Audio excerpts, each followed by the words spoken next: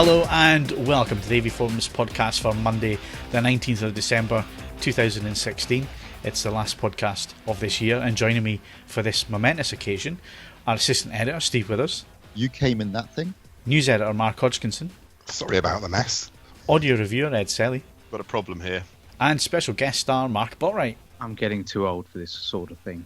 So welcome back to the podcast, and like I say, it is the last podcast of the year. Lots to talk about, and yes, we are going to talk about Rogue One, but we are not going to spoil it, people. This will be spoiler-free. We will cover it very lightly, and because I don't want to ruin it for anybody, do we, Steve? Because there are lots of surprises, lots of spoilers, lots of plot twists, and to say basically anything would spoil it for people, and you need to go in cold and see it. Yeah, absolutely. Even if you've seen the trailers, trust me, it's not going to ruin the film for you or spoil too much at all. And there are quite a few big surprises in this film that I wasn't expecting at all. So, yeah, definitely, we will not spoil anything. We will just talk about it in general terms, what we thought of the film, whether we thought it was any good, that sort of thing. But, yeah, nothing specific to the plot. Okay, and that's going to be towards the end of the podcast as well. So if you want to ignore it altogether, it'll be towards the end of the podcast, so you can switch off at that point. Right, let's move on very quickly, and let's go to current competitions, and I'm going to pick my victim carefully here. Ed, current competitions. Yay.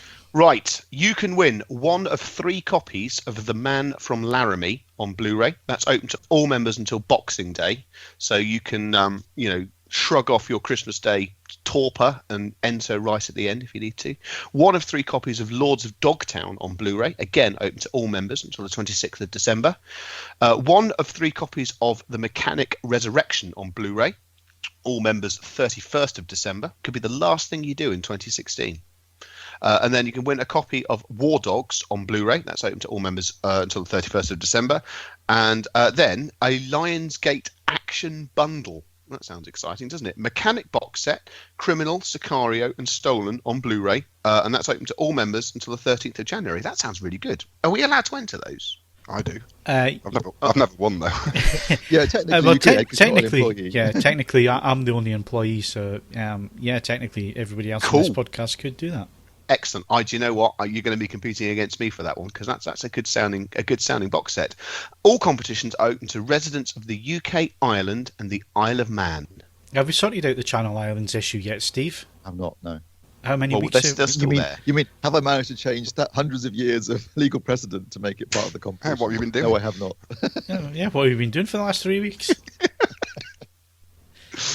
Christ, you just can't get the staff these days. Previous competition winners, Ed. Right. Previous competition winners, Davies, Coastal, and LB White, all won copies of Desierto on DVD. So go you. Well done, one and all. And I hope you have a splendid Christmas watching it. So good. Well, you mentioned Christmas. It's that time of the year, we're getting fast approaching what is probably the most important time of the year for AV enthusiasts, where we all gather together as one. And, of course, I'm talking about CES. It begins in January, and it's really early this year. In fact, I'll be flying down to London on New Year's Day.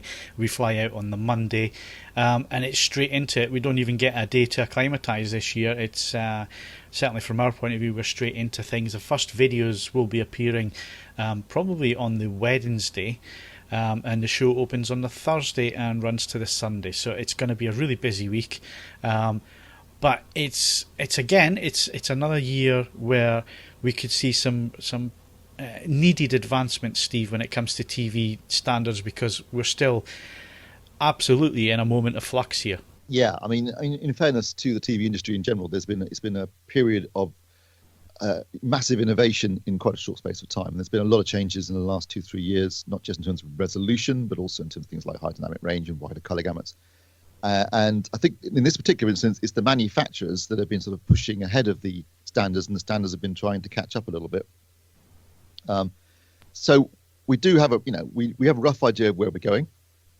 We just need to get there, and that's going to take a bit of time. And I think people need to understand that. I think nothing happens overnight. When you're talking about multiple manufacturers, multiple professional bodies, all sorts of people involved in this across the whole of the AV industry, and they need to sort of get together, agree it. It takes time. It's not something that happens overnight. But I think we're already reaching a point now where we've got a pretty good idea what we need.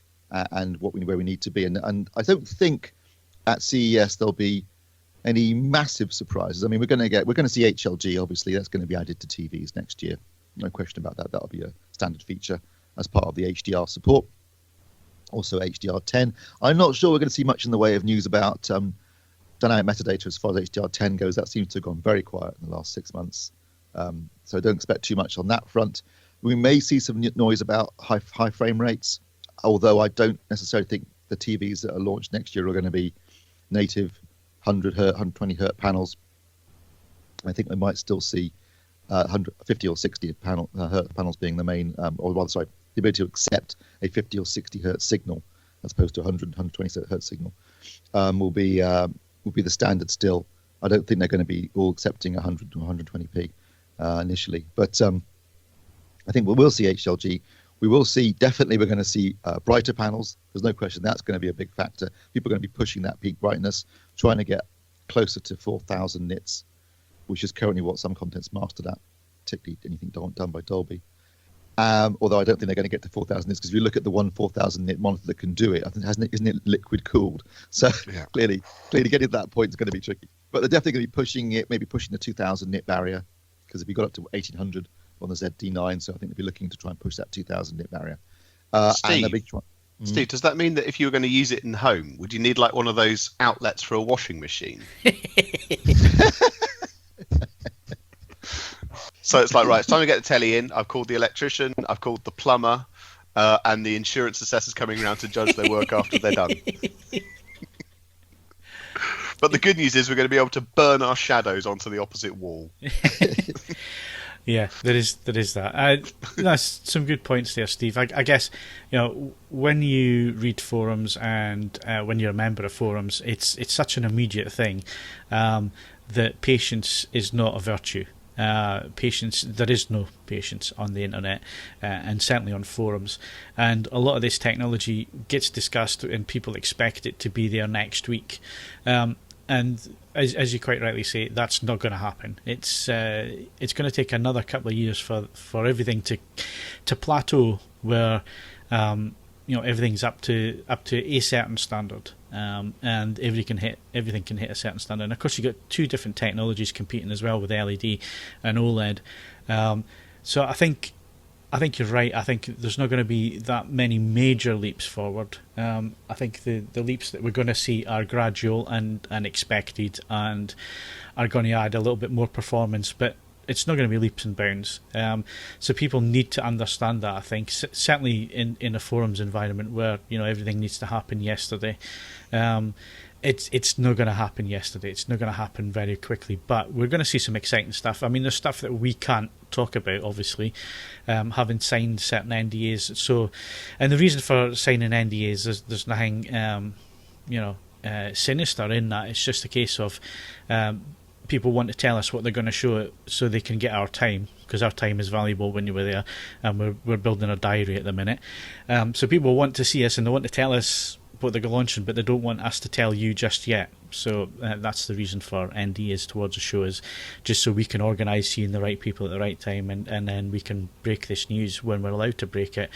And yes, there's a couple of items there which I think will really be really entertaining, and I think forum members are gonna really like some of the announcements that's going to be made, which we can't tell you about at the minute, but believe us, it's exciting stuff.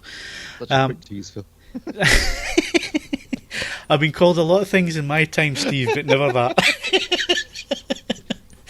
But yeah, I mean, there's obviously there is at least two big stories when it comes to TVs this year, so stay tuned for that, because as soon as we can tell you about it, we will tell you about it. We'll have videos of the product, and we'll have interviews with the product engineers and the product managers to tell you a bit more about it. So there's definitely two big TV stories coming. That's as much as I'm going to say. In terms of other things, I mean, Ed, it's your first year at the show. The Venetian's always been the audio side of things, and the Venetian's always, because it's such a distance away from the convention centre, it's always something that myself and Steve have never really had the time to go and cover. So it's going to be interesting this year that you're certainly going to have the time to go and cover and have a look at audio for us. Yes, absolutely. I have been putting together a timetable of my own It's a little bit more involved. Well, I say no, it's not more involved. It's a little bit more ad hoc with audio manufacturers. It's like, can't you just like wander in? And it's like, well, I'd quite like to, take a video and maybe ask people some questions. I'm sure it'll be fine. And it's been more fun trying to actually get them to concentrate on the matter in hand. But there are some interesting new things breaking cover. We're in a different place in audio at the moment. I think it's fair to say. We've got all of our standards resolved. I think we managed that in about 1999, to be fair. So that's all. I don't think we're going to see anything absolutely revolutionary, but it's a case of we'll get an early indicator for whether certain brands have decided that it might be time to start looking at options other than selling turntables to people, and we'll probably see some, no doubt, unbelievably expensive but tremendously impressive flagships breaking cover, because this is the sort of place where you do that sort of thing. And Mark, CES is certainly becoming more and more of a major gaming stepping stone into the new year. Certainly we've noticed it over the years where the gaming section has gotten larger and larger. So are you expecting anything to break cover while we're at CES? I wouldn't be. I think at that time most people will be looking towards Nintendo's kind of reveal of the Switch, which will be 12th of January.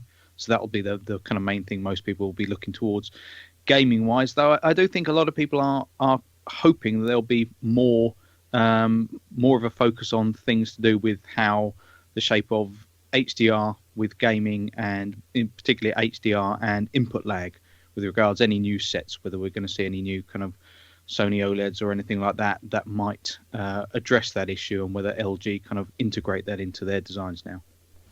Okay, and Hodge, obviously it's a big show.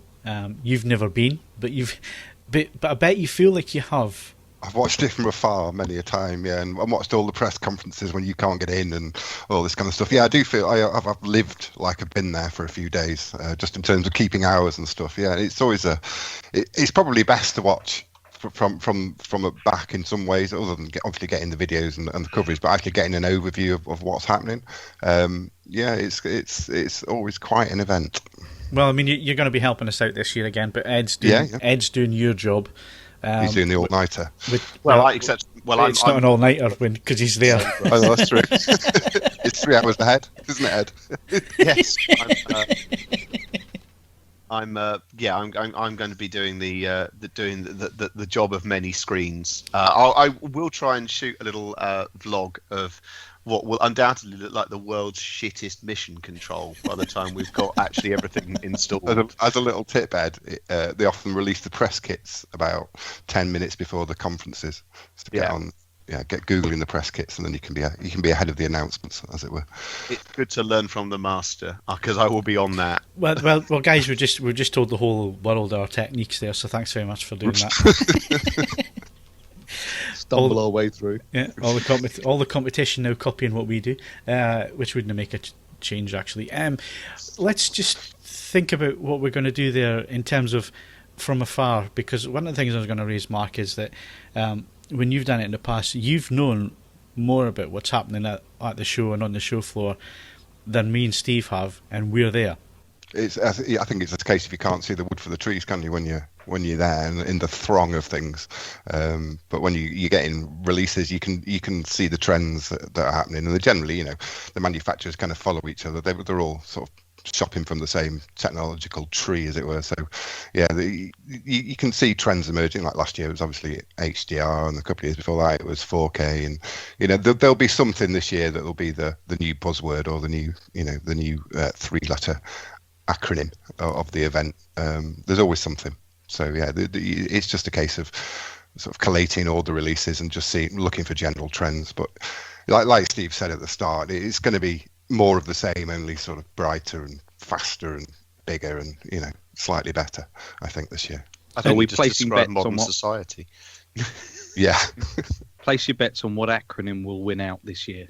HDR is going to be the one that is going to be most used, I would think. But then, if we do get HFR and HLG, are obviously another big one. So yeah, lots of H's. Whatever it is, it'll have an H at the front of it. I think it's got to have an H. Yeah, for 2017. So this is the H series. Yeah, H series. Is anyone due an H series? No, not yet, are they? I'm just hoping that Disney finally announce they're going to get into the Ultra HD Blu-ray. I don't think that'll be announced at CES. The UHD Alliance have got a conference, haven't they, on the first day? If it is going to get announced, I guess it'll be there. Yeah, but it's a UHD Alliance, so it won't be live. It won't be live streamed. So that's true. Get me a drone. I'll fly it in there. Yeah, drones is another thing there'll be lots of. Oh God, yeah, it'll be drone-tastic. Droning on. And of course, at this point, this is where we get the violins out, and this is not a jolly people. When we go out here, when we go to CES, this is hard work. It's 15, 16-hour days just so we can get the coverage to you, dear listener. It really is battling in the trenches, Steve, isn't it? And it's a case of, we joke on that we go for some winter sun but end up spending all day in convention centres and dark rooms. Busman's holiday, really, isn't it? Actually, no, well, rather sadly, not only do we end up spending most of it in convention centres and hotel rooms looking at AV kit, when we do get some time off, we go to an AV store, look at more kit, buy discs, and all that. So we're really sad. Yeah. But hopefully we will get a bit of. I mean, generally the weather can be variable, can't it? It's not always that hot. Sometimes it could. Well, last year it rained, or rather back in January. Yeah, it rained. Some years before you started going, Steve, it actually snowed one year when I was there. So yeah, and then actually that was the first year I was there. The second year I was there with Chris Mark, and I had a heat wave. And we ended up driving down to San Diego and sitting on the beach in 100-degree Fahrenheit heat. So yeah, those were the days where we used to add on a few days extra at the end and go and have a bit of a trip. Nowadays, I think we're at the age now where it's just, oh hell, let's just go home. Well, my first year we did exactly that. We went to Monument Valley, and of course, having seen many Western films of Monument Valley, where they've shot a lot of movies. Back to the Future 3. Back to the Future and Once Upon a Time in the West, for example. So of course, but they obviously shoot them in the summer when it's hot and sunny. And we hadn't really thought that bit through. And it's at about 2,000 feet above sea level. And we got up there and it was absolutely freezing cold with very thin air, which I think made it feel even colder. Yeah, and there was snow on the desert floor, which was it was still spectacular. Still spectacular to see. Yeah, right. So that's CES. So what is it exactly? Do we think we're going to expect? Well, more acronyms, a little bit more in terms of the technology we've already seen, some new TV technology, some more manufacturers entering the TV area, I believe, and or certain TV areas, and. This year we're going to have our first audio roundup from Ed, and Ed is also going to be shooting vlogs, which is very 21st century, Ed. Yeah, I didn't think shortly after my 36th birthday I'd be launching into something so achingly hip.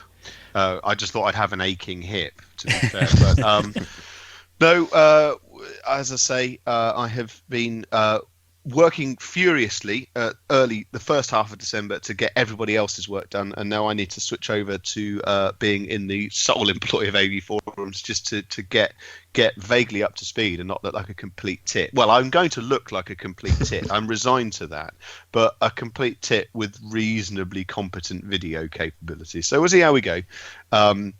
There are some ideas about what we're going to be covering. Some of it's going to be based on what we encounter out there. But yes, there should be some feedback and items on that as well. So yeah, we'll see what comes of that. And you can tell us vociferously whether you think it's an insult to mankind and the like. I'm actually really looking forward to it because, like I say, it's hard work, and us guys will be splitting up during the day and going and doing what we do. But it's going to be pretty spectacular, I think, and it's going to be a good laugh, as it always is, and it always ends up being. I mean, I think we get to certain times of the year, Steve, we think, oh no, not CES again, and because of the long hours and all the rest of it, actually, it's. You wouldn't have turned it down, would you? Really, it's still an experience, and it sets us up for the year as well. I think it's a great way of getting ready for the next year because there's a lot of stuff that our listeners and readers and stuff will get to see, but there's also a shed load of stuff that they won't get to see that we will be talking to manufacturers about and discussing for the year ahead and seeing where the roadmaps are going, and it's a great way of setting up for the year. Yeah, I mean, what people probably don't realise is that amongst all the stuff that we film on the show floor and the demos and the stand tours and this kind of stuff, there's also quite often some behind-the-doors demos that are under NDA and secret, where they show you some of the kit that's going to be coming out either later that year or what they're working on for future years. and you do get to see some quite interesting things. And it does give us, like you say, it gives us an idea of what to expect, what's coming down the line, and hopefully we get a better understanding of this new technology as well, so that when we do get a chance to review it, we already have a fair idea of how it works. Not always. That's the idea anyway. I'm hoping there'll be at least one big surprise. Usually at CES, and there's one big surprise, and that's the one manufacturer will pull something out of the hat. But otherwise, I think it's largely going to be an iterative process. Or you get robbed. Oh, yeah, at gunpoint. That'd be quite exciting. No. Make sure you video it if you do. Yeah, I'll vlog that. Keep your camera on. Keep your camera on. No, I'm not sending it to the police. We just want to make you a star. It's going to be a fun show, but I think it will be, as Mark said, largely iterative. Small increments of changes, wider colour gamuts, higher brightness, that kind of thing. That's what we're going to see on TVs. But who knows? Maybe someone will pull out something really exciting and really new and completely shake up the whole market. Yeah, well, that might happen. So the dates to get in your diaries, dear listener, is from Wednesday the 4th of January. You can expect a big announcement that morning when you get up. I'm just getting used to the time zones again, but it will be as you get up, as we go to bed. There'll be some breaking news for you on Wednesday, I can guarantee that. So keep your eyes peeled for our videos on Wednesday the 4th. Wednesday the 4th is also the press conference day, so that's the day where Ed's going to be sitting in the apartment watching all the live streams and seeing exactly what people are going to be releasing, and he will be posting to the forums homepage with all the news from that, and Mark will be helping him out with that. And then Thursday through to Sunday is the main show floor openings, so there will be a bit of a gap in our video coverage between the Wednesday and the Thursday, because, well, basically we have to go out and shoot the stuff, which means because of the time difference there appears to be a gap in the coverage. That's not the case, it's just the time difference and the fact that we need to go on the show floor and shoot the videos to then show you. So there will be a bit of gap there, but there will be articles going up as well. So you can expect the homepage to be absolutely full of content, and of course we'll also have our CES hub page, which will be available from the main menu at the top of the homepage, and the top of every page on the forums you'll be able to click CES and go to the tagged homepage and see absolutely everything that we're producing from there. Right, so that's CES, that's coming up, and I guess because it's the end of the year, guys, there's not really a hell of a lot of news this week, because everybody's obviously building up to CES in 2 weeks' time. So I think it's a perfect opportunity to look back on the year and pick our products of the year. So I'm going to go to Hodge first. AV products of the year, Hodge. What's been your favourites? Okay, I've picked two TVs and a little box. My best TV I've seen this year, and I haven't seen all that many, but I've seen a few and some good quality ones. And my favourite of the lot was the Sony XD93, which was a terrific TV for just about everything. I'm a big sports watcher, so motion handling is a big concern of mine, and that is just flawless. Really, it's the best I've seen in terms of handling fast motion without any signs of breakup or any issues, stutters or anything like that. I'm very susceptible to seeing that kind of thing. And the XD93 was awesome, so I can only imagine the XD94 was even awesomer, which I'm sure Steve as well. Of course, the ZD9 as well, yeah. No, you've seen all the top ones, haven't you? But that was, as a reasonably priced gateway into HDR, I think the XD93 was superb. Similarly, the KS9000, it pushed it close, but it didn't have the same degree quality of motion handling. It's a great TV. I would prefer it flat. So obviously the 8000 will probably be my choice. So I had to choose between the two, but I didn't get to see that, so I can't really choose it. And media streamers, which has become my speciality. The best one I saw really was right at the start of the year, and it's just evolved and kept getting better. And that's the Minix U1, and it plays everything really, really well. The only shortfalls it's got, if you could call them shortfalls, are is it doesn't do full frame pack 3D, which I don't care about, and obviously it doesn't do HDR. It was too early for the chip manufacturer to get HDR in place. But then again, what legal content can you watch, and what illegal content could you even watch it as an HDR? So I don't really count that against it, and that was definitely my media streamer of the year. Okay, good stuff. So let's move on to Steve. Your AV products of the year were? Right, well, AV products, I'll start off with, I'll do TVs at the end, but starting off with, for me personally, the biggest launch this year, the thing that I wanted the most and finally got was Ultra HD Blu-ray. As someone who can't stream 4K and HDR content, that was a big deal for me. Plus, I just love disc formats and the idea of it being repeatable and exactly the same and the best possible quality at home. That's my favourite product of the year, really. And I think it delivered. I think it's been a huge success. Well, it's been a big success, bigger than expected it to be, which is good news. I think they've largely delivered in terms of what they promised. I think the players have been very good. I mean, we've seen 3 so far, 2 from Panasonic, 1 from Samsung. I think all of them are excellent players. I think the Samsung's a great plug-and-play player. You just plug it in and you're off to go, and it works really well. It does everything it needs to do.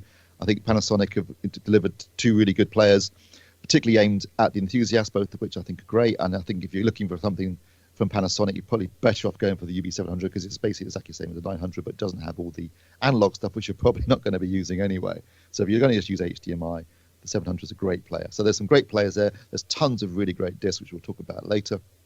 So for me, that's been a really good thing this year. Really solid launch for a product that I was really looking forward to. In terms of other stuff, I'm impressed that people like Samsung and Yamaha have managed to deliver soundbars that can actually support immersive audio. And it genuinely works. So that's impressive. I'm also been impressed by some of the movements, some of the improvements in terms of AVRs. I mean, AVRs did a lot last year, so there wasn't much they could add this year. But certainly the addition of Dirac Live on the Arcam range, that's really impressive. Fantastic Room EQ software that is so powerful and can do so much, and that was impressive.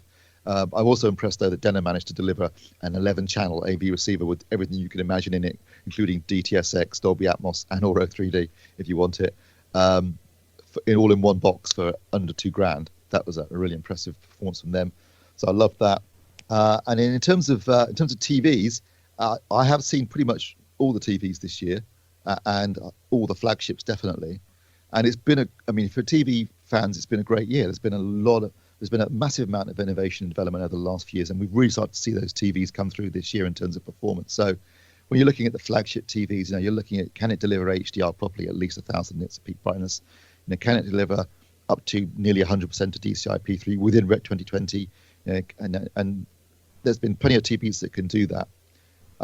As far as my personal favorites go, I'm not going to, I think this has been the year that OLED's really come into its own. I think it's starting to reach a mass market appeal. The prices have come down. Things like the B6 has been a major driver in terms of delivering OLED to the mass market because it's been very competitively priced. And I think it ticks all the boxes. Yeah, it doesn't have 3D, but for most people out there, that's not an issue. So that TV's been selling. I know for a fact that out of all the LG range, that's the TV that's really been shifting units, and I can understand why. But my personal favorite, just in terms of performance and design, and hitting that sweet spot for every feature you can imagine, the E6 was absolutely stellar. I mean, it looks good. I mean, I think it's possibly the prettiest TV I've ever seen. I think it's gorgeous. I love the picture on glass design of it. It's super thin. It's got the built-in soundbar at the bottom. Maybe people don't necessarily want the soundbar, but it's a nice TV. It does everything in terms of sound quality. It's got the WebOS platform, but the picture quality is absolutely stunning. And it has 3D as well. So and I've got to say, 3D, if you like 3D on an LG OLED, 4K LG OLED, absolutely stunning because you're getting full 1080p for each eye, and it just looks, there's absolutely no crosstalk. So if you're a 3D fan, and this could be the last year really, I think next year we're going to see a lot less 3D, maybe none, and a lot less curved panels too, maybe none. So this is the last year for 3D. I think if you're into that, there might be a factor in terms of buying a TV this year. But performance-wise, the E6 was absolutely stellar. And yes, okay, it's not got the peak brightness of some of the LCDs. So that's the one area where maybe it doesn't quite deliver as some of the other TVs I'm going to mention. But what it does have, of course, is because it's at a pixel level, it's very precise delivery of those specular highlights, which is important as well. So that was an absolutely superb TV. I was, in terms of HDR performance, I think the Samsung KS9 500 really delivered. I'll agree with that because it's sitting in my living room at the minute, using it as a reference point, and I've got to say, if Samsung decided to leave it here, I wouldn't complain. Yeah, I think it's a solid SDR TV as well, but HDR wise, of all the manufacturers, they're the only one that seem to be able to deliver 4,000 nit content correctly to a 1,000 nit panel. So that's one factor. But I think it delivers those peak highlights. It delivers them really well. It's got a really wide color gamut, nearly 100% of DCI-P3, and it tracks colors very accurately. So you can't go wrong there. great TV. Also, I'm going to say and this is a TV that came out right at the beginning of the year before we'd even really had any HDR comment to test on it. But we saw the 65-inch DX902, I think in February, wasn't it? We actually saw that. So that was the first TV out of the blocks. And I think it's superb TV. 512 local dimming zones, unbelievably accurate colours, both in standard dynamic for X709 and for X2020 DCI. Yeah, I mean, Panasonic are the only manufacturer, still the only manufacturer, to really nail colour and really nail it using 3D lookup tables, and thinking about things not just at the 100% point, but also all the way through in terms of saturation and luminance and so on when it comes to colour. Panasonic really understand colour, and they do it exceptionally well on their TVs. Yeah, absolutely. There's no question that the DX902 is the most accurate TV in terms of colour performance this year by a country mile. Absolutely superb. The image accuracy on this TV, and by the way, I also include in that grayscale in terms of HDR, PQ, EOTF tracking the lot. It is absolutely incredibly accurate. It's not the prettiest TV ever made. I'll accept that. I'm not a big fan of the stand and the fact it's a slight angle, but I think I mentioned it a few weeks ago on the podcast. You can just buy a basic TV stand that uses the Visa mounts and get rid of that issue. So it's not a problem. Or you can wall mount it, of course. But picture-wise, it's absolutely stellar. 512 local dimming zones, really impressive black levels in this TV. The local dimming works really well. I think it delivers a superb picture. It's fantastic with SDR, and it's really impressive with HDR. It's almost as good as the Samsung, and in some respects better in terms of color accuracy, I think. So another reason, and perhaps most importantly of all, you can get this TV for the 58-inch version you can get for I think £1,800 or £1,899. I mean, that's really cheap for what you're getting. You're getting a THX certified Ultra HD premium TV that delivers everything. If you're in the market for a TV right now, I would seriously be looking at that kind of pricing. And then finally, this is probably the last TV that's been released this year that we reviewed, major release, has been the ZD9 from Sony, which, whilst there was a great deal of expectation about this TV because of some of the claims we made by Sony at CES back at the beginning of the year, it didn't have 1,000 local dimming zones, and it didn't have 4,000 nit peak brightness. But having said that, it still delivered in every other respect. I mean, it had 646 zones, which is the most we've ever counted on any TV released, domestically. And it did 1,800 nits of peak brightness, which again is the brightest we've ever measured on any TV. Fantastic performer. All the things that Mark was talking about with the XT93 applied to the ZD9 plus, and then some. It's got the full array local backlight. Black levels are stunning. The local dimming is superb. The peak brightness is fantastic. The HDR performance is superb. The color accuracy is great. The motion handling is brilliant.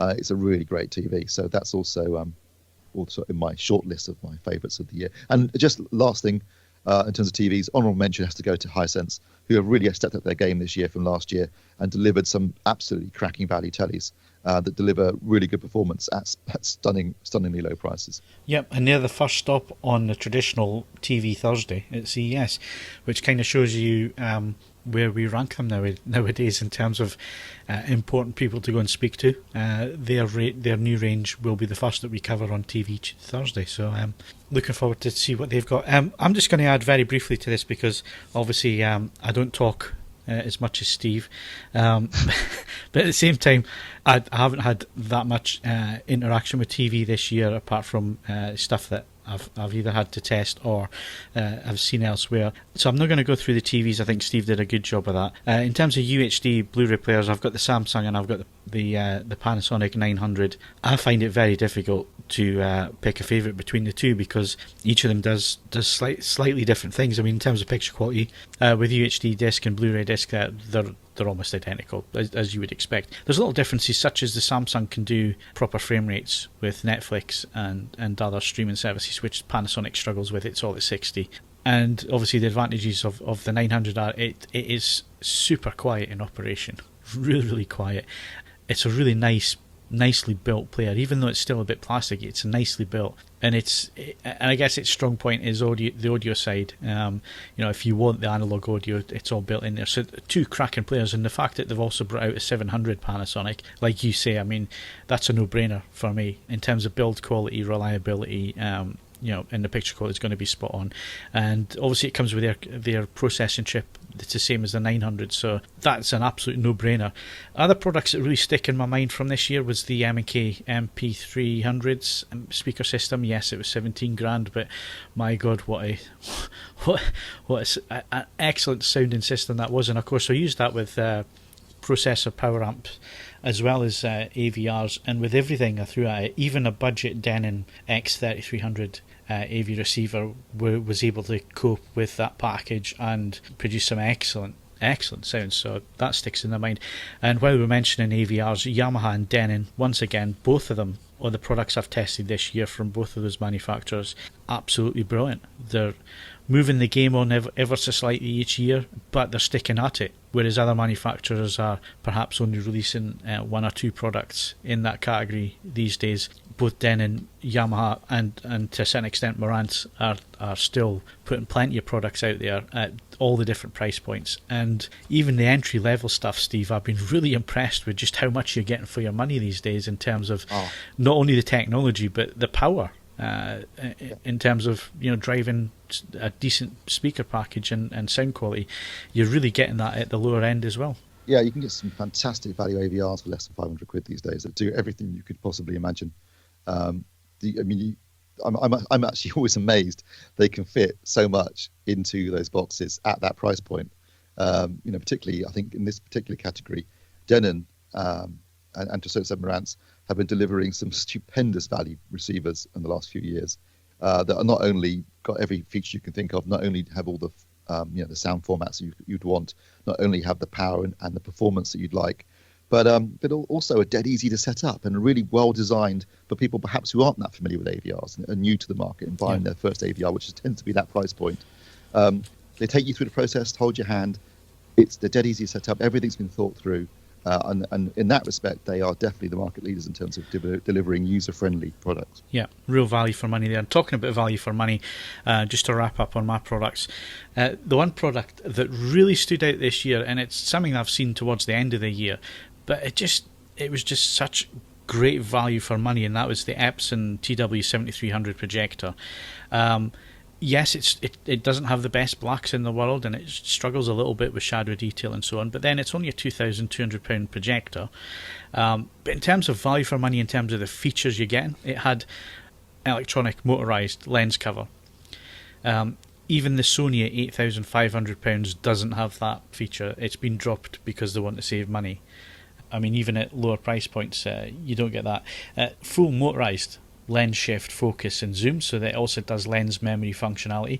Now the next closest projector to that is probably the JVC X5000, Steve. Yeah. So that's a grand more expensive, at least a grand more expensive. Then with HDR, it accepts a 4K signal.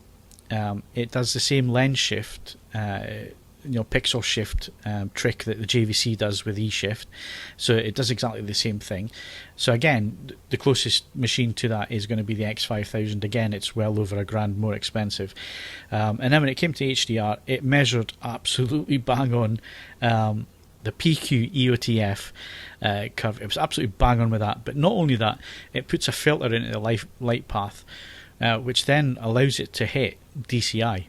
And apart from magenta going off towards blue, everything else hit its spot in terms of DCI. It was like 98% coverage. Phenomenal for £2,200.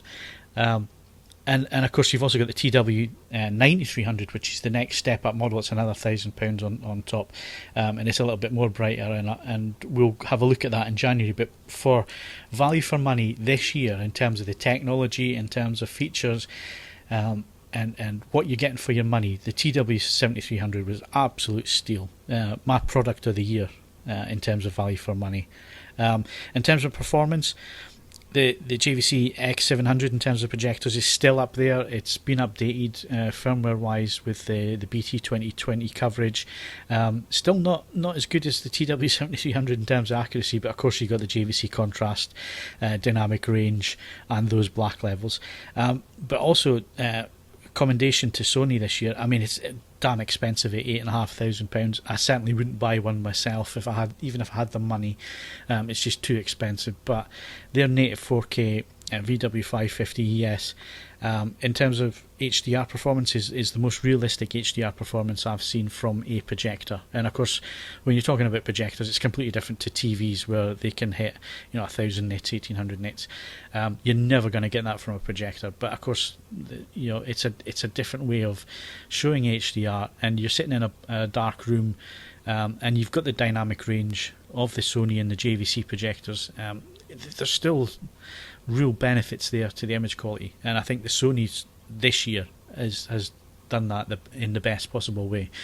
It's just damn expensive, and I wouldn't spend the money on it. So those are my products for the year. So let's go to Ed and get some hi-fi. Sorry, I momentarily zoned out there whilst Withers was talking. I watched seasons rise and fall, the sun turn to nova, so on and so forth. But we're all done. Right, okay. I'll be trying to be a bit brief. There's three things that stand out this year.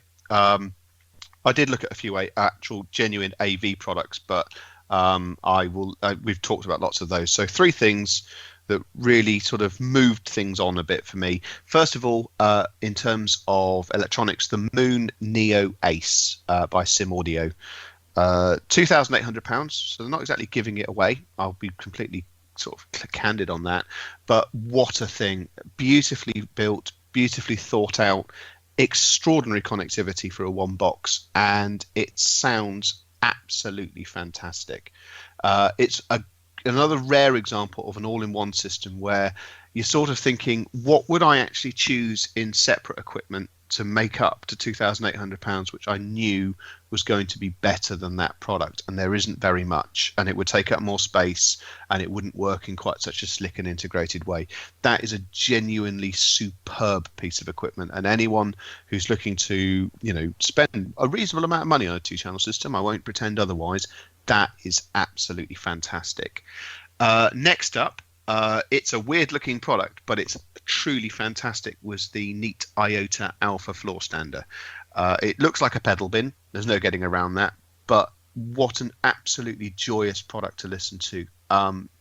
Just fantastic. Often with review products, it's like, okay, we've done that, done all the listening, all the rest of it. Let's get something else in.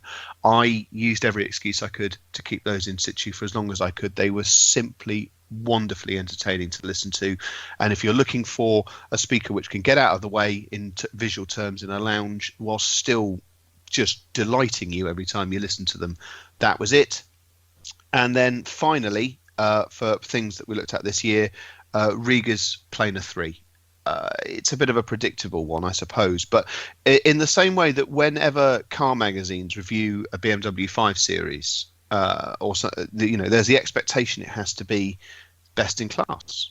It's been a sort of benchmark for so long for executive saloons, and it normally manages to deliver. This is exactly the same way. This is Riga's price point. This is Riga have developed this sort of turntable, and needless, despite the pressure that's on them, they've delivered. It's an absolutely superb product, and if you are sufficiently convinced that for you vinyl isn't a boom, you're going to stick with it, doesn't matter what anyone else gets up to, you can buy one of those and then be completely safe and happy in the knowledge that it will give you decades of service with any degree of reasonable maintenance. It'll take some upgrades, it'll work with a huge variety of equipment, and it will delight you every time you listen to it.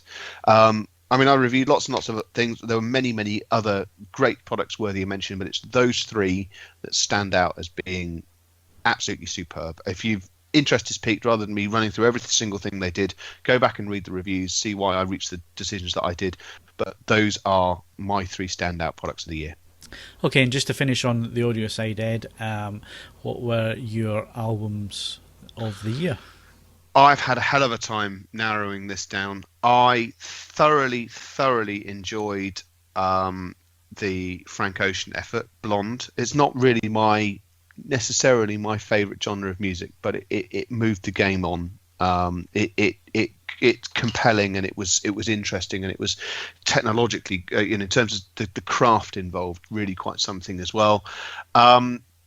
Sturgill Simpson, strange name, but he did an album called A Sailor's Guide to Earth, and that's really lovely, well worth a listen. If you basically, it's bluesy rock, a little bit of country in there. Don't be alarmed by that. There's no talk about dead dogs and marrying your sister or anything like that. It's a really, really good album. Marrying your sister's dead dog. Neither, not that as well. There is a cover. I'm not going to spoil anything other than just to say there's a cover on there which is just perfect. In some ways, I prefer it to the original, and it's not a cover of someone you'd expect from an artist of that nature. And then finally, Wild Beast. What was it? Sturgill's. What, the cover? Yeah. I'm not telling you. You have to go and listen to it. But it's on A Sailor's Guide to Earth. Hang on a minute. I don't want to give you any preconceptions at all. Just go and enjoy it. And then Wild Beasts. I can't even remember what the bloody name of the album is. I'm having a massive brain fart here. I'll have to come back to you on that one. Then, sorry if we don't break. Kings of Leon, their album, after years of being, I have to be honest, more than a little bit indifferent to their output. They finally came good with an album this year that was a really, really good listen to do. And I'm going to get to the bottom of what this bloody Wild Beast album is called if it kills me. And Boy King by Wild Beast. Perhaps not quite at the same technical or emotional level as some of the other albums that I've discussed here, but just a really rollicking good listen and a cracking vinyl release if you're after something that was on vinyl. Given the time of year, Ed, you couldn't remember the title. Well, what can I say? It's been a long and involved year, and for reasons I'm going to come to, I have a splitting headache at the moment, and I think I know why. But that's going to crop up in the films section. So that's not helping. Okay, and to wrap up on the hardware side of things, it has to be games, and from our specialist games. I was going to say you were somebody special there, Mark, but then people might take that the wrong way. Everyone's special, Phil. Very true. My mum always used to say that I was special. Sorry, was that my segue? Was that? Yeah, it's the end of the year. Take what you can get, Mark. Take what you can get. Okie dokes. Well, with regards hardware, I've managed to resist temptation this year, even though I was fairly sure I'd jump on board VR. I was considering building a gaming PC for it. I was going to buy a PS4 Pro, and I've managed to resist all temptation there. So the only kind of console product other than little GPD XD, which is a nice little Android handheld for emulation uses, the only console-wise thing I've bought was the NES Mini, which I still think is a reasonable shout for the kind of little console of the year. It's 30 games for a shade under £50. Better emulation than a lot of the virtual consoles on Nintendo's own Wii U. The pad is perfect. It's an exact recreation of the NES pad. You get the little miniature console which sits nicely on a desk, even to the point of the improvements of having those 4 little save states. So it means that you can kind of chip away at the games rather than having to try and sit there all day and finish them in one sitting. And you can even kind of cheat your way through, just keep on chipping away with the save states, going a room at a time if you need to through Castlevania or something like that. Nice little quasi CRT filter if you want that little kind of retro hit. And other than that, I just very much enjoyed it. Great little console.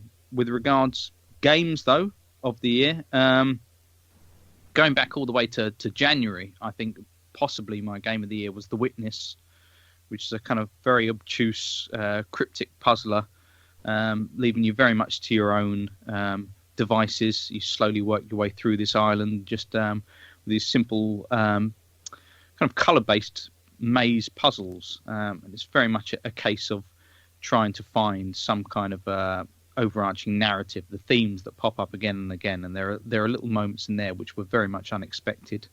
On the kind of blockbuster front, Uncharted 4 was probably the one that's rated most highly this year with regards slick third-person action on a kind of grand scale to finish off the saga. But if we're really looking at a kind of game or games of the year and take into account, say, perhaps the way that Time picks their person of the year, I would say you've got to go to perhaps Pokemon Go. Or even in recent days, we've just had Super Mario Run come out. But as far as defining the year and the impact and what it signals for Nintendo's fortunes for the future, I think it's it's hard not to look past that. I think Pokemon Go was the most searched for Google term as well. The first time I've ever seen multiple people outside in throngs, in little groups with their phones in hand playing a game, proving that it can be somewhat social. So yeah, there have been many highlights this year, but also I should give a little shout out to Battlefield 1, because I'm not usually into anything competitive in multiplayer terms, but that did very much capture my imagination. It's got just the right amount of authenticity to the period, but also kind of utilizing things like concept weapons and things like that, just to almost gives it a slight kind of steampunk feel in some ways, and it doesn't get bogged down in just being a kind of SOM simulator. It's very much an engaging first-person shooter. Okay. Did you try Pro Evo 2017, Mark? You know what? I don't get on with football games these days. I'm afraid I peaked with Sega Worldwide Soccer 97. Yeah, we'll leave it at that then. Just any fans of the franchise that used to play it a lot, and I did. I got hammered it 3, 4, and probably 5 as well, to a lesser extent. And it just kind of lost itself for me. But I played the demo and I was just hooked straight away. It's beautiful, beautiful game of football, best game of football ever. Anyway, there you go. And of course, none of that counts at all, because Steve's going to come in any minute now and say that Sony VR is the best thing since the invention of the wheel. Well, I think I said that last week, and I stand by what I said. And if you haven't played Rogue One X-Wing on the PSVR, you haven't gamed. It's just everything I've wanted since I was 10. There you go, Mark. You might have been into this 20 odd years, but you haven't gamed unless you've been on a VR in an X-Wing. Well, it does have. I've got to say that the one game I was desperate to play this year, and the one that was really kind of tempting me to buy PlayStation VR was Res Infinite, which I had Res on the Dreamcast. I had a chip Dreamcast. I bought the Japanese version of it. I absolutely loved the game. So yeah, Steve, have you tried Res Infinite or perhaps I have not. Thumper? I'll give it a go though. I think I've probably got a demo of it somewhere. Yeah, I think that will blow your mind as well. Yeah, it was pretty mind blowing in 2D, wasn't it? So yeah, that's going to be exactly. And they made there was a special demo where they had a full on suit which kind of vibrated with the the beats. We're as still well. talking about gaming here. Yeah. Res Infinite Love Beads coming to a shop near you. I'll tell you what, Steve would be at the front of the queue for that one. When you start talking about that, I just think about that scene in the holiday special, the Star Wars holiday special, where Chewie's uncle or grandfather, whatever he is, puts on the head unit and starts well, how can I put this subtly, masturbating to, I think it's Diane Carroll, I'm not quite sure who it's if you haven't seen, by the way, the Star Wars holiday special, I know we have, because we thought about it before, but please check it out on YouTube, because it's the most surreal experience you'll ever have. It's Star Wars if it was done badly on acid. It's everything that was wrong with the 70s, basically. Yeah, it's like that's what Star Wars could have been if Lucas hadn't got it so right. That's how wrong it could have been. It's just bizarre. So please check it out. Anyway, that's why I've got the idea of combining VR with, so we say sexual pursuits. That's what I end up thinking about, and that's not a very saucy thought. So. Okay, so you like the hirsute side of things? No, I do not. Sorry, I just went to answer the door. What the bloody hell have I wandered back into? We are actually, in this particular instance, it's not out of context. We are talking about exactly what you think we're talking about. Oh God! And on that, I was going to end the podcast, but we've still got the movie section to do, unfortunately. So no, I think we should just call it a day. I'd like to go and throw up now, please. The idea of Steve, enjoying a spot of selfish celibacy. Ugh.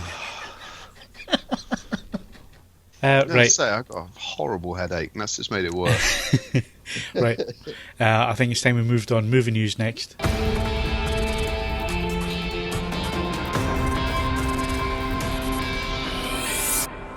Right, so moving on to movie news and films coming out this Friday. Just forget them. Go and see Rogue One. That's what we'll say. Yeah.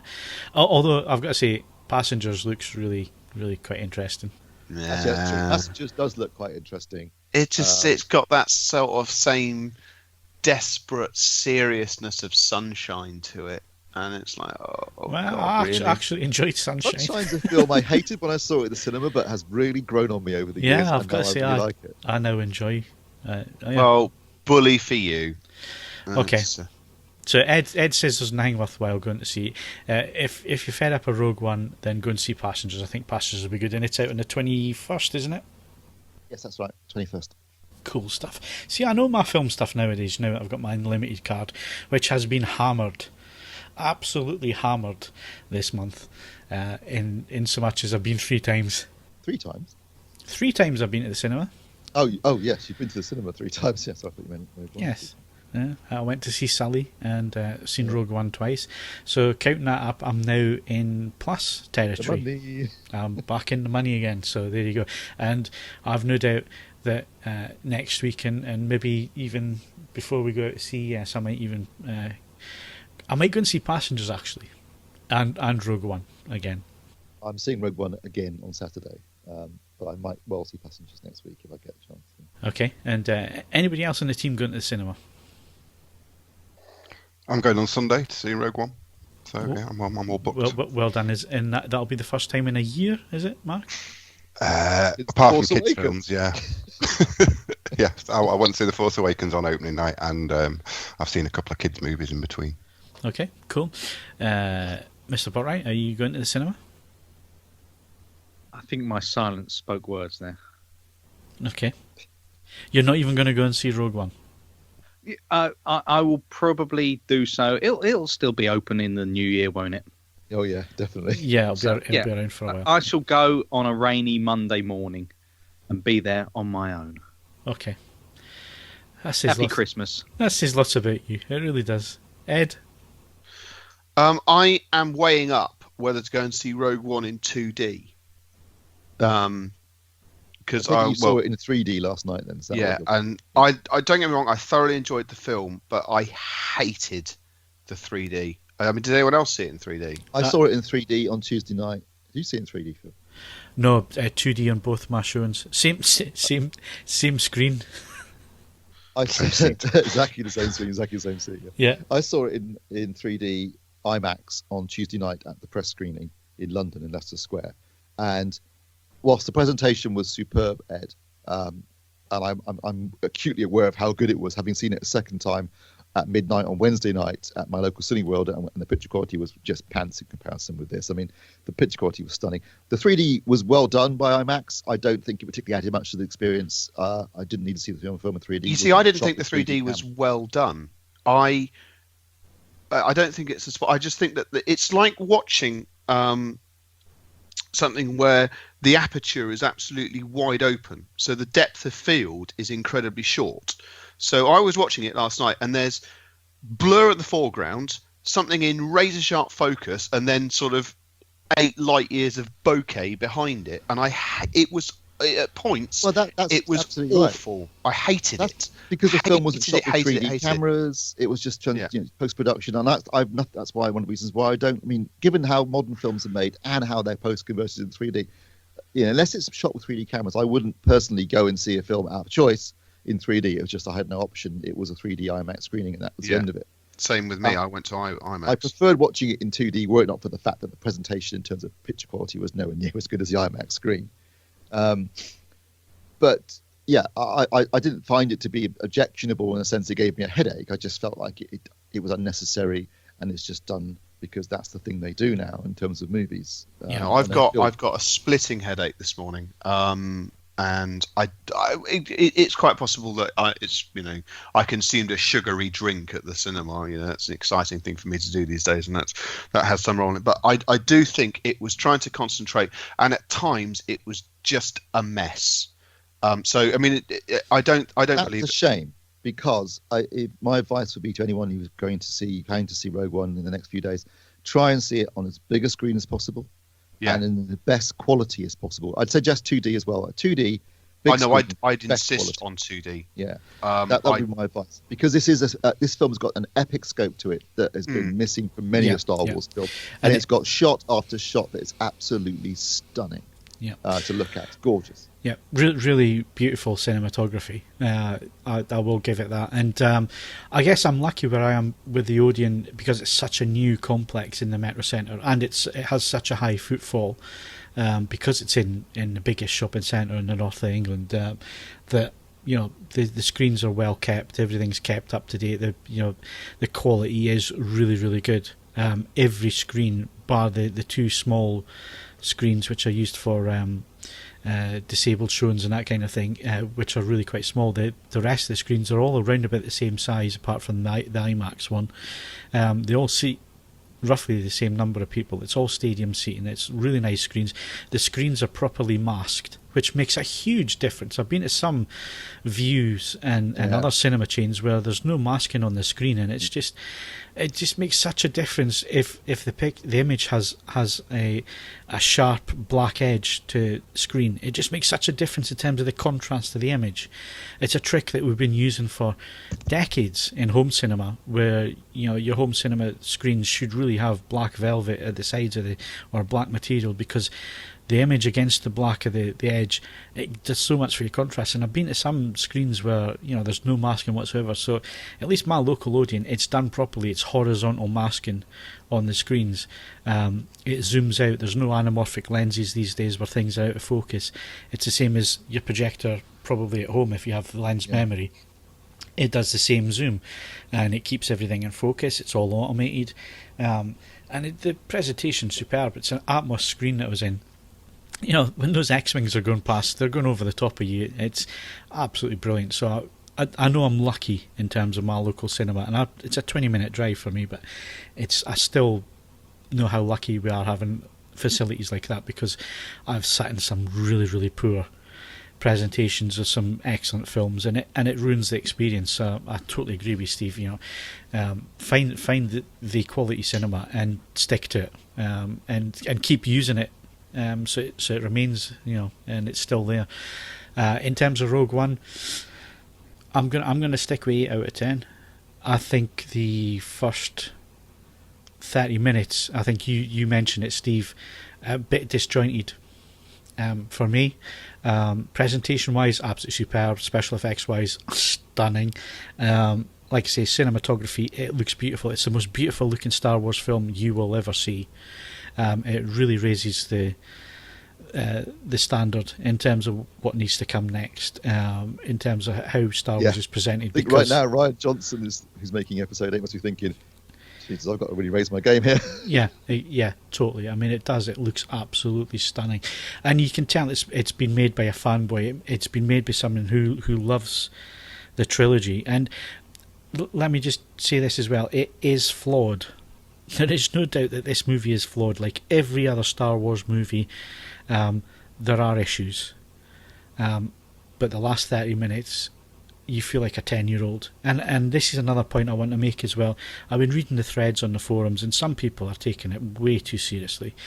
They're not looking at it as the way that I think you should look at a Star Wars movie, and that is through the eyes of a 10-year-old. And even with such a dark film as Rogue One, it's still about that time period where I was a child when I saw, A New Hope. I hate calling it A New Hope because it's Star Wars, but and seeing it through those eyes, when seeing Empire and seeing Jedi, you didn't dissect things the way you do as an adult, or the way you do now.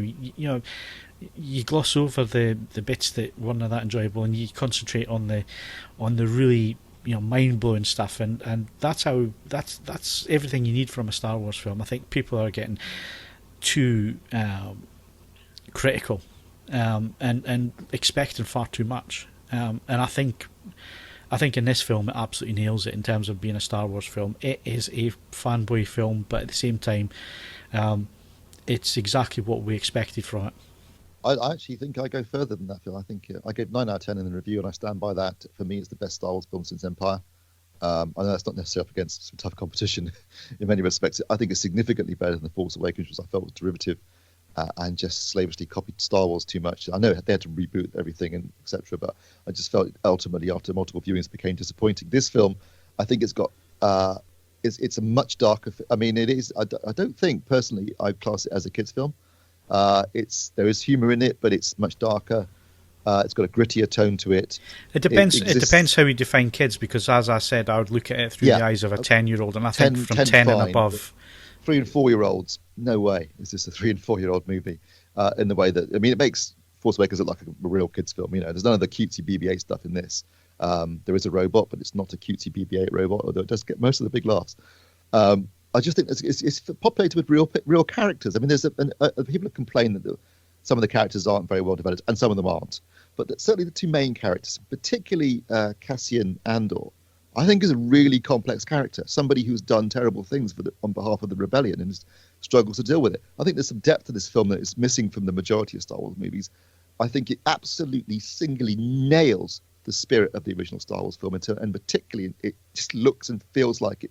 You could watch this film, chop out the beginning of Star Wars, go straight into Star Wars, and it would not miss a beat, which I think is a hell of an achievement on the part of the guy. Can I just say on that subject, shout out to the various members of the cast who were rocking some proper 1977 facial. Yeah, totally.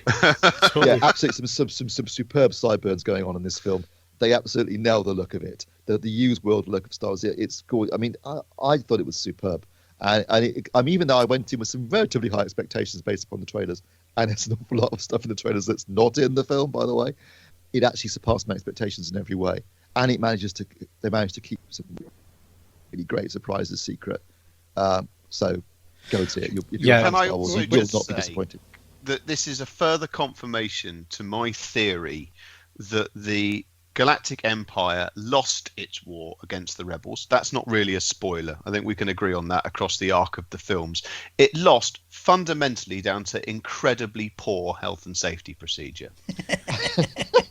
This film is further testament that whoever, if indeed there was anyone in charge of health and safety at a design and day-to-day employment level in structures constructed for the Empire, they dropped a bollock. And it cost them time and time and time again. I mean, I'd love to know if any of these buildings have a day since last work accident indicator, and whether there's a unit of time small enough for it to operate in. Because I'm just you're just looking at this and thinking, we may mock health and safety gone mad and all the rest of it, but it's really costing them in these films. You can see it so many times. Yeah, all these unsuspended catwalks. What were they thinking? Yeah, the industrial design team need to have a word with themselves. They I need think to pull their fingers out. Frankly, it's cost them the galaxy. I think if we discuss it any further, we're going to start going into spoilers, and I really don't want to do that for people, because I want people to go into this film cold and enjoy it, and because the surprises are just so worth waiting on. And like you say, Steve, they nail it. It's not perfect. However much Steve goes on and on and on, it's not perfect. Don't build your hopes up too high. I'm joking. No. I mean, no film is perfect. Well, maybe there are a few perfect films, but nothing's meant to be perfect. And yes, it has some issues, and like you said, Phil, obviously there was all the stuff about the reshoots that were done in the summer. Were clearly quite extensive, and they have clearly. I don't think it's adversely affected the end product, but there clearly has been some. Well, you see, I think it has, because I noticed it more on the second viewing, where it dragged a bit. The pacing didn't feel right second time for the first bit of the film. I noticed it more. It stood out more. It was more jarring the second time, whereas the first time I was just wanting to watch the film, you know what I mean?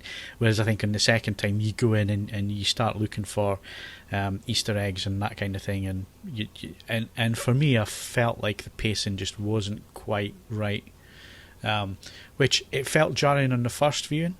You could tell it obviously there'd been changes made, because we know that changes had been made, and you could feel it.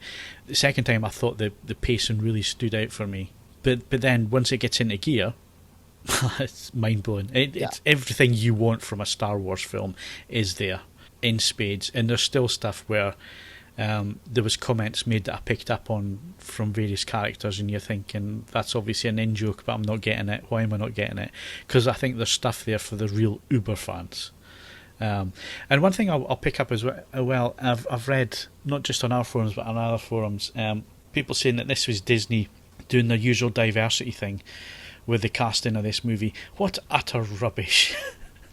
Well, there's a little bit of that with two Asian actors. Clearly, they're targeting China as a market. But deny that. But there's still, there is a reason for those characters to exist. I mean, people were saying there's no reason for these characters to exist. They're just there to, especially one of the lead characters, is just there to play up to the diversity side of Disney. No, that's rubbish. He's there because the guy can act, and he's also one of the performances are good, aren't they? Though I think in the trailers they looked a little. It wouldn't, but I actually think the performances across the board are superb. And special mention to Alan Tudyk, who does voices and motion captures KS20. Very funny, really great performance from him. That's a very, very good. And when obviously you reminded me when I read the review that he'd done Buddy the Android in Sunny and iRobot. In iRobot, and I'd had mixed feelings about that, and I was a bit concerned. It moves the game on from there. I think it's helped. I don't think this is a spoiler by the fact that the Android in Rogue One has much less of a face, and I think that sort of, in so much as it doesn't have a human face, so that I think that helps a great deal. But I thought that was a genuinely excellent performance. I mean, in so much as it feels like a character, not a special effect. Yeah, absolutely. Yeah. In fact, at no point do you think of it being a special effect at all. It's just he's just the robot that they're in the same way that 3PO or R2 are just their characters, and that's the end of it. Yeah. Okay, well, like I say, I think if we discuss this any further, we're going to start entering into spoilers and that kind of thing, and I really don't want to do that. We're going to come back to Rogue One when we come back with a podcast in January after Christmas and after CES, and we will talk spoilers then, because I think that's a fair time for people to have gone and seen the film, and we'll do it in the same way. We'll put it in the movie section at the end of the podcast, so you can switch off if you don't want to get any of the spoilers and you don't want it spoiled in any way for you. So to wrap up, let's just go over our favourites of the year very quickly, because we're an hour and 20 minutes into this, folks. Hopefully when you're listening back to this, it won't be the same amount of time. It'll be a lot slicker. It'll be a lot more professional than it is at this moment in time. Set the bar low. Promise nothing, deliver less. That is so true, Ed. That is so true. Thank you for the tagline for this week's podcast. Yeah, we can always count on Ed for the tagline. Right.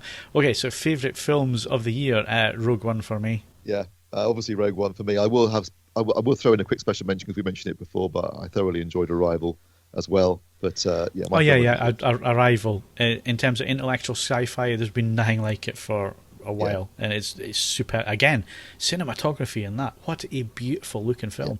Agree with you. So yeah, special mention to that one as well. Ed. Well, I've only been to the cinema twice this year. Once to see Independence Day Resurrection. So you got from the sublime to the ridiculous. Rogue One, I think, gets it on a technicality that the other film I went to see at the cinema was Independence Day Resurrection. I don't want to doubt for a second that there were many other clever, insightful, and brilliant films that came out this year. I just couldn't be asked to go and see them. Yeah, but funnily enough, Ed, I discussed that last week. That I caught up with that Independence Day film last week on UHD Blu-ray. Yeah, we'll just not go there. Would it garner the accolade, the particular Scottish accolade of pish? Aye. Total pish. Aye. It was utter pish. It really was. Right, moving on. Sorry, I forgot the two marks there. Either of you been to the cinema? No, you I've may been as well twice. move on. I've seen Zootopia, which was excellent, and the BFG, Excellent which film, was actually. mediocre. But I also enjoyed Deadpool, which I believe is a 2016 movie. I've seen that. No. Was it February 2015? this year. Yeah, there you go. Deadpool. It's February of this year. There you go. That's There you another go. one. There you go. Good stuff. And I didn't hear anything from Botwright there. No, there'd just be tumbleweed. Okay. Still chauvinist. Shogun Assassin. Right, okay. Right. Blu-rays of the year. Favourite Blu-rays of the year. Well, I can guarantee that Independence Day is not there. Let's go to Mr. Botwright. That tumbleweed's still rolling. Okay. Let's go to Hodge. I think I only bought one conventional, like 1080p Blu-ray, which was Star Wars Force Awakens, and that was a great Blu-ray in 2D. I hated it in 3D as much as Ed hated Rogue One in 3D. It gave me a terrible headache. Awful. Okay, I watched it on the Sony and I thought it looked absolutely beautiful. Yeah, well, I've got a problem with 3D, haven't I? So, yeah. Well, I have to say, I dislike. If in terms of from a low benchmark, I dislike 3D intensely. I thought Force Awakens is a good 3D film. It uses it quite well, and it didn't give me the roaring headache I had this morning. So, yeah, damning with faint praise, if you will, but I found it tolerable in 3D. Sadly, I haven't bought enough Blu-ray. I have bought Blu-rays this year. I haven't bought enough of the probably what are worthy Blu-rays. I know people out there are now shouting at whatever device it is they're listening to this podcast on, saying, "How dare you, AVForums guys, not mention these really worthy films this year?" But I haven't bought any. So I'll have to go with The Force Awakens, and special mention to The Force Awakens 3D edition, which was a really nice edition. Even if it was double dipping. An annoying double dip. Although I only paid £13 for it, so I'm not complaining. Can I throw something out there which also counts as double dipping, especially as it's not a 2016 film? But I borrowed a friend's copy, was blown away by it, and ended up buying my own. Is the black and white version of Fury Road. It's one of those things where it shouldn't really make an appreciable difference, but I think it's excellent. I think it's beautiful. It's more beautiful than the colour version, especially because the nighttime sequences just look a hell of a lot better. But that's a really weird one. But I sat down to watch it totally unconvinced that it would make a difference, but it really does. I'm not, if you don't own Fury Road, then maybe think about it that way around. It's a weird one, but it's one of the few occasions where I think a disc release has brought something new. For me recently. I thought it's really good. I guess we have to give special mention, and again, I just alluded to it, that I haven't bought anything worthy this year, but I know there's been some absolutely stellar Blu-ray releases this year from studios like Arrow, Eureka, Criterion have launched in the UK this year. That's a label that for a long time has been a collector's label, and I know that their releases have been excellent, and obviously Kaz has been covering these on the forums.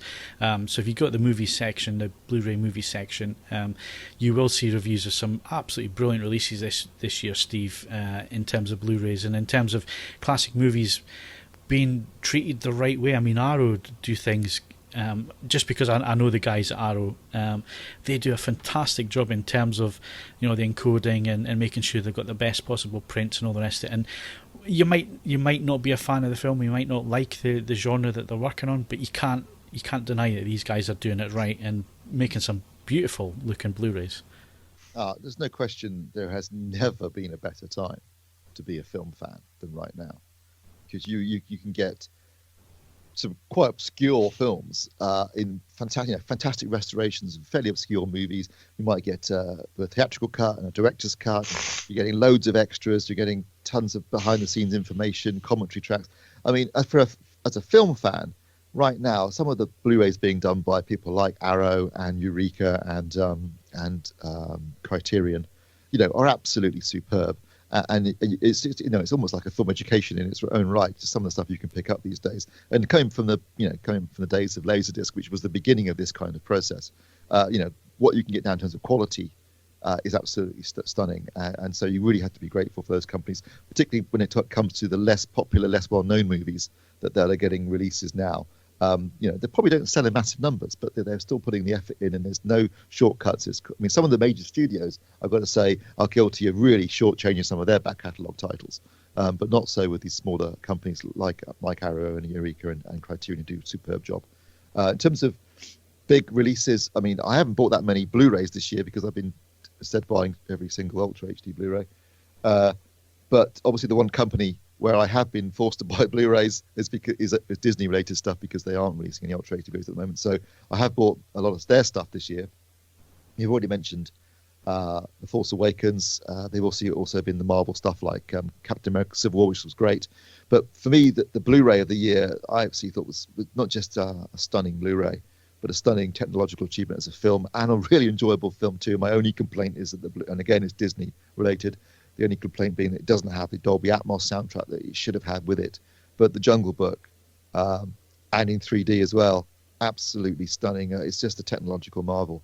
That film, in terms of what it looks like, the CG animation, the performances, the film, everything about it is perfect. It's just absolutely stunning. So if you haven't seen or got the Jungle Book yet, and you want a demo disc in every sense of the word, then get it. It's fantastic. Okay, moving things along quickly. Ultra HD Blu-rays. Well, it's only going to be me and you, Steve, discussing this point.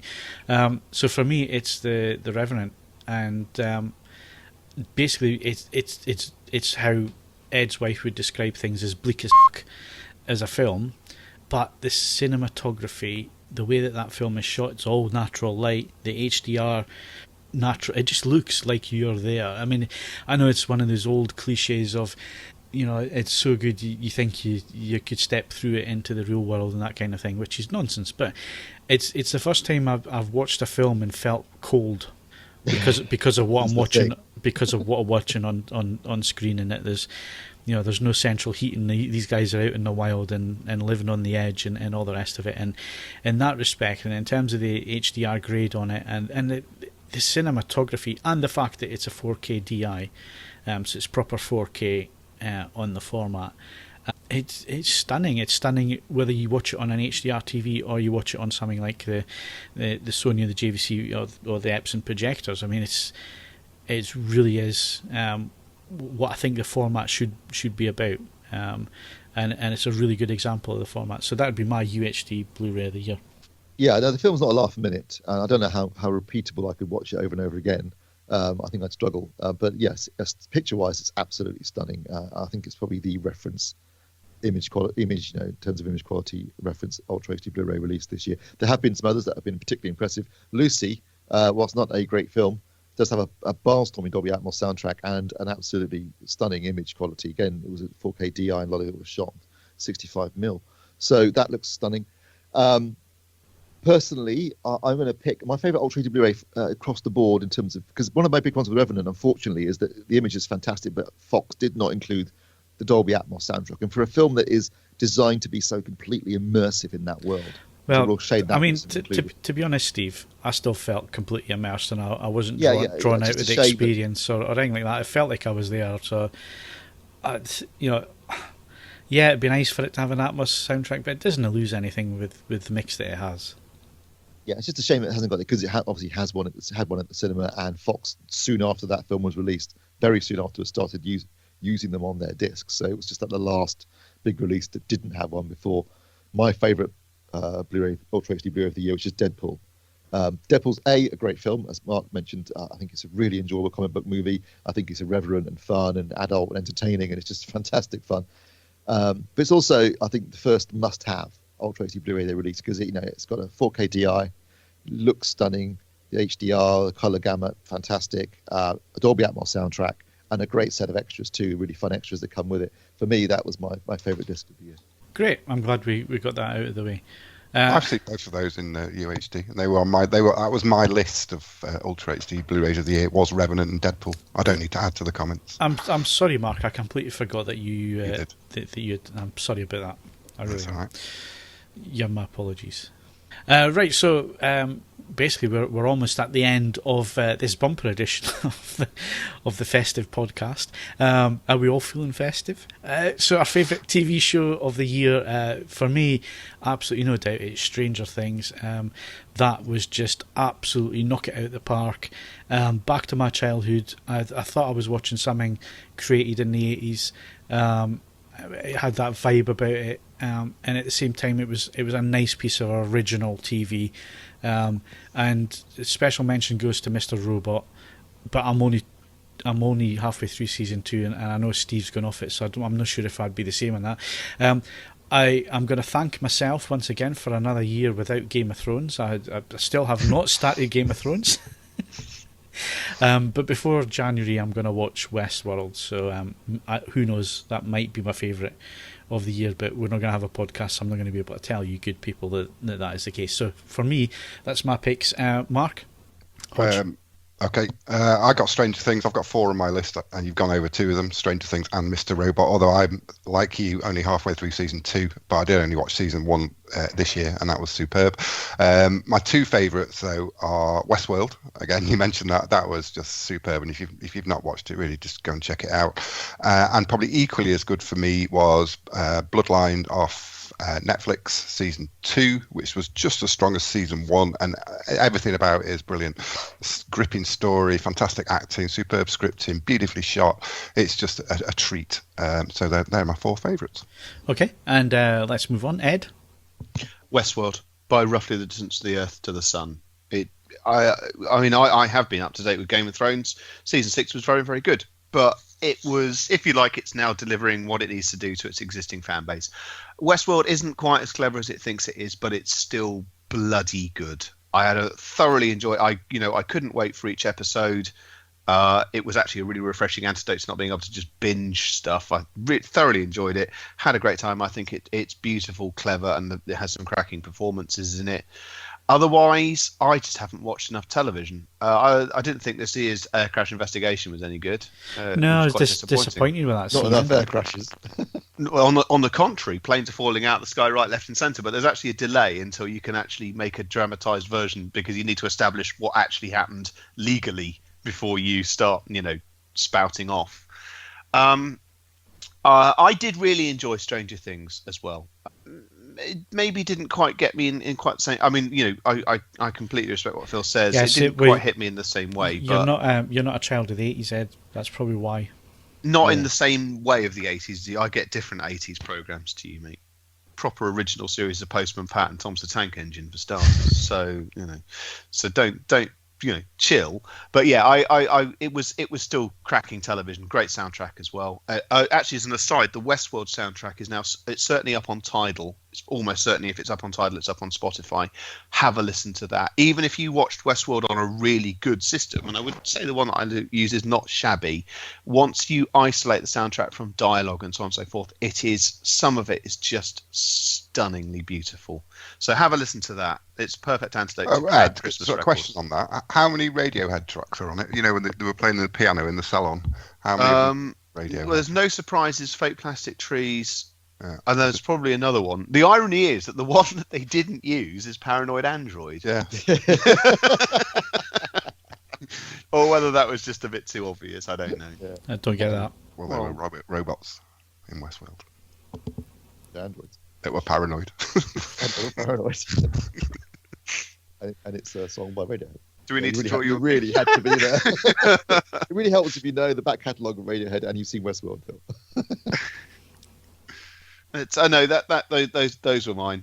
All good. Thanks for that, Ed. Mr. Botwright? I'm just going to echo the praise for Stranger Things. It was something I you lot have been banging on about for a while and saying it was great, and I thought it couldn't possibly be kind of that good, and then it seemed to tick all the boxes. It really did come across as a labour of love. The kind of Goonies vibe, the BMXs, the character archetypes, everything was perfect. And then as soon as it went into that opening title sequence with the synth and the kind of faux film stock degradation and that kind of thing, it was just absolutely perfect. Really, really enjoyed it. Yeah, good stuff. Right, so that's it for this year. Sorry? That's me.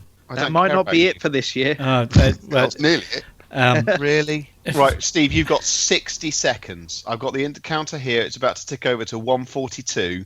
60 seconds. Go. Okay. Well, I loved season 6 of Game of Thrones. I thought the Battle of Bastards was the single best hour of television of the entire year. I thoroughly enjoyed Westworld, but my favourite TV show series, and I think everyone else has said it as well, for me as a child of the 80s, was Stranger Things, which I thought was superb. You see, you can do it when you try. Can do it. 20 seconds. Yeah. Oh my God, we just need to shout at Withers and just give him time indicators. 2017, the year of brevity. Brexit and brevity. There you go. There you go. Even more taglines for the podcast, which thankfully has come to an end. Well, certainly for us recording it. It might be nice and slick and an hour long when you're listening to this. I doubt it, though. Having listened to this, and it's probably going to be at least an hour and a half long. Anyway, I hope all of you out there have a great Christmas and New Year, and that's from me and all the team. We hope you get all the presents that you want from Santa, and don't forget, CES is the most important thing of the holiday season. We keep telling you this. One day you'll realise that it actually is. Our coverage, like I say, starts on Thursday the 4th of January. Please tune into the homepage, tune into the tag page for CES. There will be a big banner at the top of the homepage taking you to all our coverage. Click on that and you'll get all our videos. You'll get Ed's vlogs of just what life is like at CES, as well as all the best hi-fi and stereo and all the rest of it. And of course we'll be covering the latest in TVs, Ultra HD Blu-rays of course, and the latest in technology, all in one week, one hectic week. So please do tune in for that. So like I say, thanks for listening. Have a Merry Christmas. My thanks to Steve Withers. Evacuate in our moment of triumph. Mark Hodgkinson. Put that thing away before you get us all killed. Ed Selley. I can hold it. And Mark Botwright. This bickering is pointless. Don't forget, you can follow us on Twitter and Facebook. You can also bookmark AVForums for latest reviews, news and videos. And of course, leave us those 5-star ratings on iTunes, only if you enjoyed the show, but please leave them because it gets us further up the lists on iTunes and more people can then find the podcast and start enjoying it and taking part in this community. I'm Phil, and like I say, thank you very much for listening, and we do wish you all a Merry Christmas and a great New Year. Have a great 2017. We'll see you in January for CES.